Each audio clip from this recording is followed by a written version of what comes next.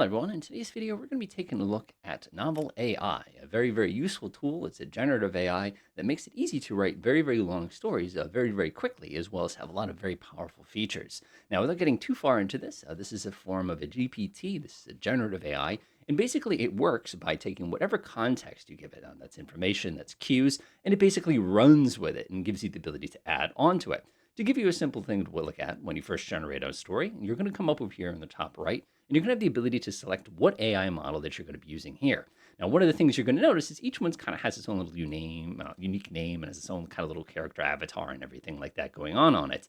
And the interesting thing with these is these are basically different generations of this novel AI tool. The most recent one, at least at the time of this video, is something called Clio. Now, after I pick an AI, you have the ability to come down here and select a specific preset for that AI.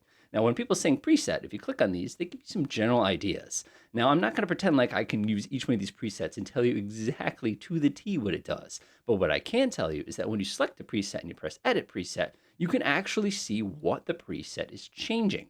The most common items that it's going to be changing is how random the output is going to be, how much you're going to get output at a time, and then how likely you are to receive more of the same word. If I say run, and I put this at a very, very low penalty, it could say run, run, run, run, run, run, run, run. If I crank this to the maximum, it basically prevents the word run from being generated. Generally, the only thing I even change my preset here is I like to come in here and I like to adjust how long this is. 300 characters is kind of the sweet spot in my opinion. I think you can obviously go more. You can go significantly less. I know one version of this generator, you could actually press and hold this and keep generating until you let go. That was fun times, but that causes all sorts of fun issues as well. But that's basically the only thing that I change up there. Now below that, you're going to have two boxes. One's called memory and one's called author's note. Now this is interesting because this is basically a function of what they call context. In the AI, when it's actually generating text, is it takes your context and uses your entire context for the purposes of predicting what it should go ahead and spit out next. So for example, if I said, I grabbed my dog's leash, and attached it to, and press enter. Now let's see here. Now, if I grab my dog's leash, there's a lot of context here. We know the fact that my dog's leash is an item that I have grabbed. We've identified that I am in a first-person story here, and that's the total context. So if I come down here and press the send button, what it will try to do is it'll try to take all the information I've given it, which is nothing, and basically run with it. I grabbed my dog's leash and attached it to his collar, then started walking towards the house, wondering why no one was around. The house was dead and quiet, as the neighborhood had gone. Even the cat had been hanging out in the yard, nowhere to be seen. There was a wooden gate and the back door was standing open. I led my dog through it and down to the side of the house, passing a tall garage that was dark and quiet. Now, what's so powerful about Novel AI, more so than ChatGPT, for example, is I can go and edit this anytime. And again, so for example, I attached this to his collar and started working to his house. My dog named, now if I press Control Enter, it's going to go ahead and generate that name. Now you'll notice here that this context now is what's going to allow me to predict what happens next. A walk started out. My dog named Mongrel followed behind me, happily wagging his tail as if he hadn't just gone through a hellish experience. Wow, that definitely changed the context here.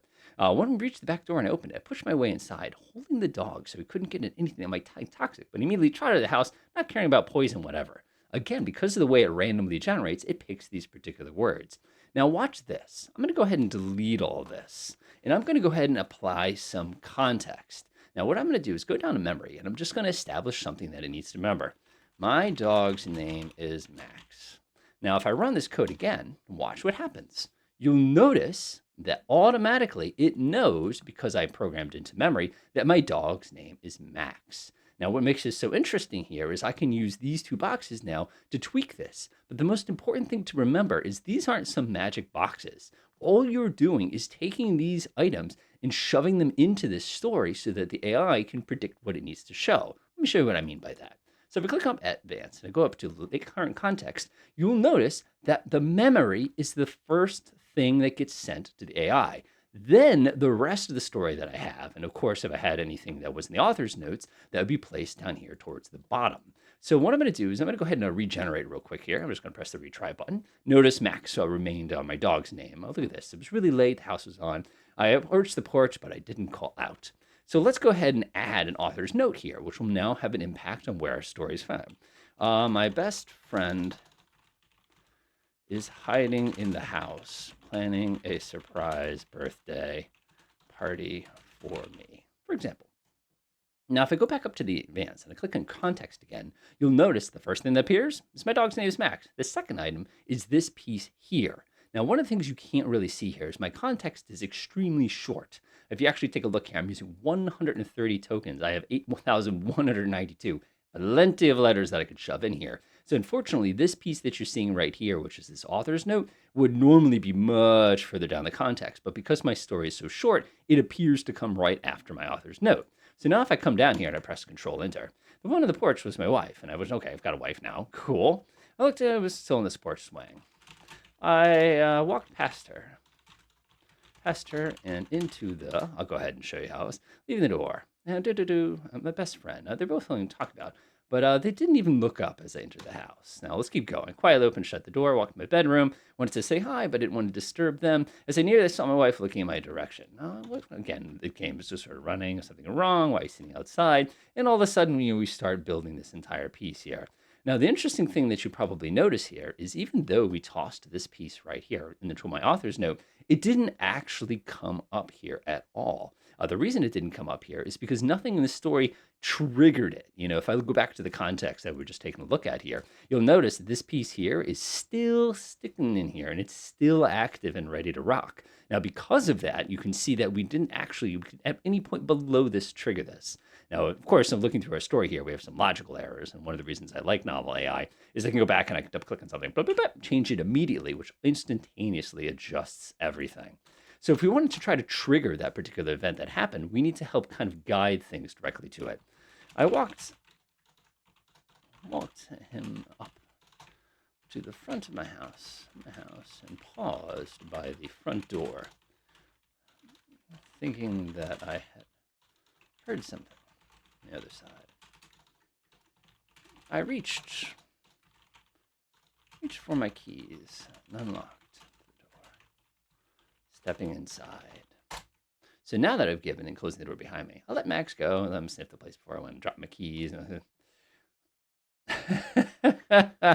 Again, this is the great thing about AI is it doesn't necessarily know where you're going. There's that random element to it. So sometimes guiding it is kind of a fun part of actually working with it here. So I noticed something odd in the kitchen. I don't like that. I heard a distant giggle in the living room. Then suddenly, the lights turned on, revealing. Ta-da! And you can see, because I had established that it was able to kind of nudge it in the direction I want. Now, the important thing that you probably noticed is putting things in that author's note did not guarantee anything. And one of the interesting problems it's going to create, and if you notice, by the way, my little author's note is here, you can actually change the order of the author's note here. We can make it a little bit sooner, a little bit later in the context here. But you'll notice that the actual trigger here came at this particular point right here. So that's one of the things that makes this such a useful tool for the purposes of actually generating things. Now, there are more things that we can do that we can actually take into a context here. For example, we have this thing called a Lorebook. Now, the Lorebook is an interesting tool that allows us to add things onto the context. Now, remember, this story, we can't exceed 8,192 characters. Otherwise, the AI will start forgetting things that happened earlier in the story. So if we want to keep it in the AI's memory, we have to either put it into the memory or we have to establish something called a Lorebook. What a Lorebook is a really, really slick tool that allows us to actually generate entries that are only summoned when it detects it in the actual text itself. So for example, let's go ahead and create an entry here. Let's see, we have no entry yet. We have some activation keys. I can go to the thing. I can say, we'll say general, a cute dog named Max. Let's go ahead and hit generate there. And what it will do is it'll actually use the AI to generate some information about our character here. Max, a playful black Labrador mix with floppy ears. Look at how cute this is. Now, the interesting thing is Max now becomes an activation key, which means whenever the word Max is called in the story, it will automatically take this text and shove it at the top of our context. So if I actually close this real quickly here, I can now type in something like, what's this? I'm looking, I want to see what's in the wrapping paper first. Okay, a guitar. Oh, sweet, I got a guitar. This story is going great. I noticed my dog Max, Now, if I press, I'll go over to my context real quick, current context, you'll notice here, because I typed in the word Max, it added his Lorebook entry to the top of my context right here, which now means it's going to be up near this place. Okay, Max's owner is Mrs. Fennel. Interesting here. Oh, Betty's. See, we've got all sorts of things here. I noticed my dog Max. Now, if I press enter here, we have all these sort of things just kind of act kind of together that will now be summoned. Now, one of the reasons this is so useful is, let me go clean this all out a little bit here, make this a little bit. You are carrying, let's make it a second person story. You're carrying we'll stick with electric guitar and 3 guitar picks. All right, so now if I say,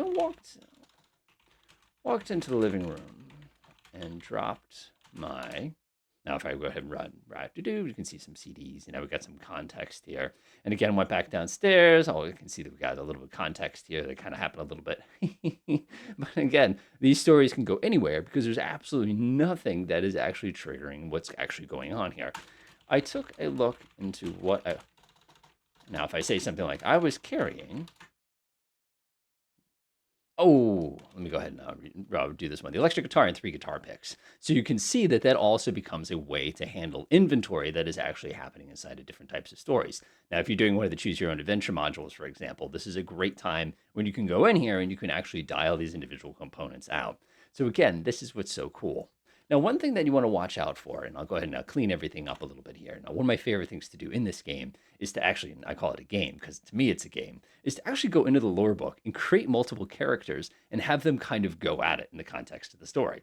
So for example, if I want to create a new entry, we'll call it a person. Let's see here. We need somebody, we'll say a computer programmer. Let's do something like that. We just need a name here because what it will do is it'll put the context of the name up at the top. Instead of generating, I like how, again, we're using the AI to generate things for the AI to generate things for the AI. Raz. Ooh, Raz. That sounds like a fun context. Cool. Now we'll go ahead and generate somebody else. Let's see here. Let's see. Well, it could be something that's very incongruous here. It could be kind of fun here. Let's see, astronomer. Let's see, ballet dancer. Ballet dancer from Bulgaria. Why not? Let's have some fun here. And the interesting thing here is it'll try to take the individual words I have here to generate this. Keep in mind, oh, the flamenca. Oh, it's a dance. You generated a dance. So again, we can press this button again and have it. Oh, I did dance. I meant to do dancer. So unfortunately, I'm going to have to generate that one again because I almost guarantee that this one's going to happen. Now we'll go ahead, bot that one real quickly. Now, one of the cool thing here is there's a lot of different components that we can do when we add context. Bulgarian flow, ooh, let's go ahead and clean that out. Go do it one more time. We can actually define the information that comes out of a lore book as being memory, author's note, or actually part of the story here. Svetlana Nova. So Svetla. Svetla is a slut first. Svetlana. That's pretty cool from Sophia. And okay, wow, interesting. She's almost as old as I am. So now we have Svetla, and we have 2 characters here. So then one of the cool things is we can come in here to, I can create myself another entry. Let's create a place. Let's say a trendy coffee shop. Why not, right? Now be careful when you type because it'll take everything as literally as you possibly can imagine. Looks, ooh, that sounds, it doesn't sound anything like a coffee shop or something like that. But again, it works perfectly fine for me. And there's an enormous amount of editability here, and I think I just made that word up. So now we can go ahead and go with it. So now we have 2 characters here. We have Svetla and we have Raz. Raz walked into Lux for the first time, surveying the environment. Refining the environment. Heading over to the counter. His favorite coffee beverage. I'll put a little comma there to kind of encourage it to sort of do something. A caramel macchiato. Macchiato. Okay, so again, one of the things that's so powerful here, he noticed a woman standing in line next to him. We'll go ahead and run with it. And glance down to see. Oh, interesting. I should look this issue is about to collapse. Made eye contact. They seem to stab him. Whoa. A name tag. Address. Svetla. And she seemed a bit overwhelmed. And again, we can have it. Raz didn't know it, but they had the same thought. Oh, wow. Oh, that escalated very quickly. And then you can see really quickly here. So we can do something res asked. Again, we can ask things. Trying to say, oh, wow, calling her by name, that's a little forward here. Wow, okay, so we have a little bit of personality here. Now, the interesting thing here that we got somebody else texting him about couldn't come after all, needed a way home. And you could see how the entire story kind of goes and runs with it. Now, one of the things we could have done here is we could have added some things in our author's note. Now, there's actually a lot of cool things too that we can do. For example, if I see something that I like, for example, Isaac, I can actually click on this and hold down the control key on my keyboard and press right click, and I can actually generate information about this person. For example, if I want to generate some things about Isaac here, if I press run, it'll actually generate some details about him that the AI, Isaac is a young man who lived on the streets. He's never known his parents. Wow, okay, we'll run with that. Go ahead and add that one as one of the keys. And now we've got quite a bit of context here. If we were actually to go back and look at our current context, you'll actually see all the information that came from our piece. Notice, by the way, we're almost up to 500 tokens already. And we have all this stuff here, and it tells you what's included, what's not included, based on what's going on. Now, if I let the story run, if I press Control Enter here, by the way, it'll go ahead and kind of zip through here, and you can see here, didn't expect it to agree. He wasn't going to make pressure, one of these things. Now, one of the cool things we can do here is we can actually insert information in between text. Vibrate, rang, let out a. Now, if I wanted to, I could actually generate inline text here. So if I press Control and I hold right click here, you'll notice that it goes ahead and gives me the ability to generate inline. Let out a vibration, including new text, indicating new text messages. If I didn't like that, I could hit that one again. Let it. You could see we had a little bit of a context error there, but that will happen based on the information they trained the AI on. Let out a ding indicating new messages. It was in part. Now, keep in mind, because I've added stuff in between here, what's going to happen is it's going to update itself into the context. Now, a lot of people say, wow, this is a lot of information. You have a tremendous amount of control. Should you fill your Lorebook up with a million things? Not necessarily. One of the things that makes this tool so powerful, and it's one of the things that you'll get good at, is the fact that you can go ahead and use this to kind of spin it a little bit away. Now, some of you are immediately thinking, well, what if you have other AI tools? Can you import that information directly into here? Actually, you can. Now, righty, I think I got this the way that I wanted it to be. Let's go ahead and scoop all this awesomeness up. Bring it over here. Control A, Control V. And now, of course, one thing we're always going to have to do whenever you bring in any content that comes from other places is you got to kind of clean this one up. So now we have a pretty cool little story here. You can see I got a little details thanks to ChatGPT sort of helping us out here. Notice it's gone ahead and recognized some of these different components. But now what we're doing is we're starting to mix the tools together to try to make up for the weaknesses and strengths of the alternate tools themselves. We got a couple cool little details here. We notice the fact that he's a little fleshed here. He's thinking about what is it, code and algorithms. Why not, kind of a thing like that. And of course, we have little hints here. My name is Feta, and you, kind of a thing like that. And notice we only know a little bit about him, kind of a thing, a genuine smile. And we have kind of a nice, really, really cute story kind of going on here. And there's a couple little contexts that we started happening. Now, one of the things that I really like here is kind of a bit pieces here, steaming cups behind them. I'm actually going to delete that bottom part, and I'm actually going to let it run. So I'm going to press Control Enter, and now all this information, plus everything that we've already done, is now going to be generating the style of our story. So you'll notice, for example, after we have all these components up here, Raz listened with rapt attention as Svetla recounted the magical transformations of her craft, weaving poetic phrases around the artistic journeys of her ballet performances. Raz was lost in the moment, the hours flying by as the conversation continued. He glanced at his phone to check the time, and his eyes widened with surprise. He had been sitting here with hours without realizing it. Now, this doesn't work very well because obviously we have these two components here, so we definitely need to kind of sit there like that and kind of clean it. But again, I'd have to do that. Now notice here that he recognizes that it's been a good chunk of time, and he goes ahead and ends it here. Working at a game, but I'm not quite done yet. Sort of a thing like that. A game. I've never tried my hand at that, but for dancing, I would love the experience, the magic of video games.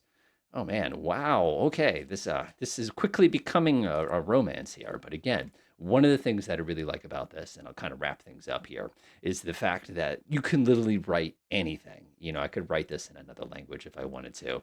I could write, prose. I could do poetry. I could do Python. And you can use all these tools together, plus the information that you have over here, to basically run with your actual story and constantly expand and explore it. One of the neat things here that just starts to happen as you start playing with this is you can see if I come down here, I always love to get a kick out of this, is it tells us how many things we've deleted overall in our story. And it also gives you a heads up of how much content that we provided versus how much content that the AI provided. Now, the reason I really love this here is you get a really, really good idea of what gets used and kind of what kind of gets expanded as you kind of mix and match. One of the strategies I've seen people do is use ChatGPT to kind of get the big pieces. And if there's anything violent or there's something that, goes past the G rating, you can basically come in here, dump it in here, clean it all up, and then go back and forth between the two tools to basically crank out novels that you can almost, like I said, choose your own adventure sort of as you go. Now, one of the cool things with ChatGPT, of course, is you can use it to generate Lorebook entries. You can use ChatGPT to come over here and kind of take contents here and tweak it into another style. For example, if I want to put this all in, Dr. Seuss version and bring it back and forth, you could do something like that. And that's one of the things that makes these tools incredible for the purposes of really, really being creative. Now, the last thing I will do is there's this little button up at the top here, which I will generate a random title for the story. And 15 gets you 20. It's going to be something inappropriate. Watch that. Oh, whew. I can't tell you how many times I press that button and come up with something a little risque. I like that. I can definitely work with that. So as you can see, this is a very, very cool tool. Novel AI is a paid monthly thing. There's actually different levels that you can use for it. The big thing with the different levels is it's going to give you the ability to basically have a wider context, and it also gives you the ability to generate more images for those people who are interested in that aspect of things. But other than that, enjoy writing.